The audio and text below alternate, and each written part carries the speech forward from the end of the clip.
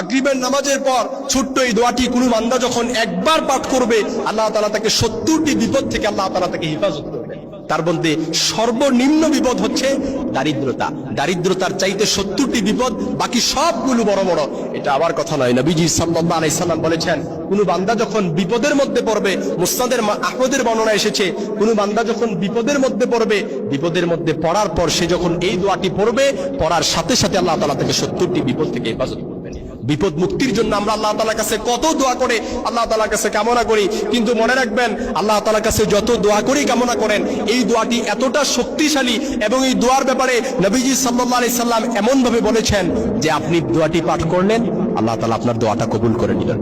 বিপদ মুক্তি, উদ্বেগ, উৎকণ্ঠা, পেরেশানি, যত যা কিছু বলেন না কেন, আপনার জীবনে কত বিপদ আছে আমি হয়তো নামগুলো সিলেক্ট করে বলতে পারবো না, কিংবা আপনিও কয়টা সিলেক্ট করবেন, 1, 2 থেকে 10টা 20টা আপনি সিলেক্ট করতে পারলেন, কিন্তু একটা নয়, 2টা নয়, 30 নয়, 40 নয়, 70টি বিপদ থেকে আল্লাহ তাআলা আপনাকে মুক্তি দান করবেন। এমন একটি দোয়া, যে দোয়াটি হযরত ওমর ফারুক রাদিয়াল্লাহু তাআলা আনহু বর্ণনা করেন, যে ব্যক্তি বাজার দিয়ে যাওয়ার সময় এই ছোট্ট দোয়াটি পাঠ করবে, সে ব্যক্তির আমলনামায় 10 লাখ নেকি লেখা হবে, তার আমলনামায় থেকে 10 লাখ গুনাহ মুছে দেওয়া হবে।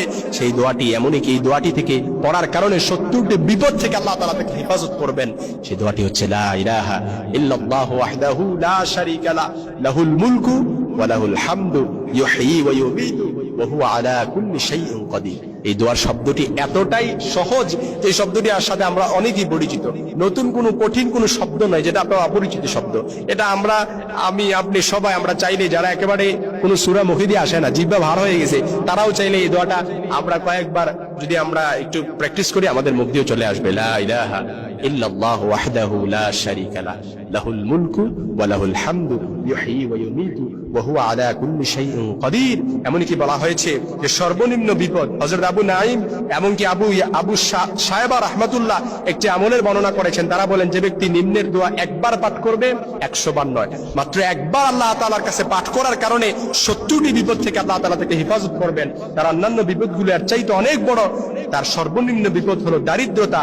যে ব্যক্তি এই দোয়ার আমল করবে, আল্লাহ তাআলা তার সব বিপদ থেকে আল্লাহ তাআলা তাকে দূরীভূত করে দিবেন। এবং এমনকি বলা হয়েছে, দুশ্চিন্তাগ্রস্তদের জন্য যদি যারা এই দোয়াটি পাঠ করবে, যারা দুশ্চিন্তাগ্রস্ত, ঋণের ব্যাপারে আপনি দুশ্চিন্তায় আছেন, ঋণের টেনশনে আছেন, বিভিন্ন মামলা মোকদ্দমায় জড়িয়ে আছেন, ছেলেকে নিয়ে টেনশনে আছেন, যত যাই বিপদ বলেন না কেন, সব বিপদ থেকে আপনি যদি মুক্তি পেতে চান, এই দোয়াটি পড়েন, লা ইলাহা ইল্লাল্লাহু ওয়াহদাহু লা শারীকা লাহু লাহুল মুলকু ওয়া লাহুল হামদু ইউহয়ী ওয়া ইউমীতু ওয়া হুয়া আলা কুল্লি শাইইন কাদির। আল্লাহ তাআলা আমাদের ভাইদেরকে, আমাদের বোনদেরকে সমস্ত বিপদ আপদ থেকে আল্লাহ তাআলা হেফাজত করুন।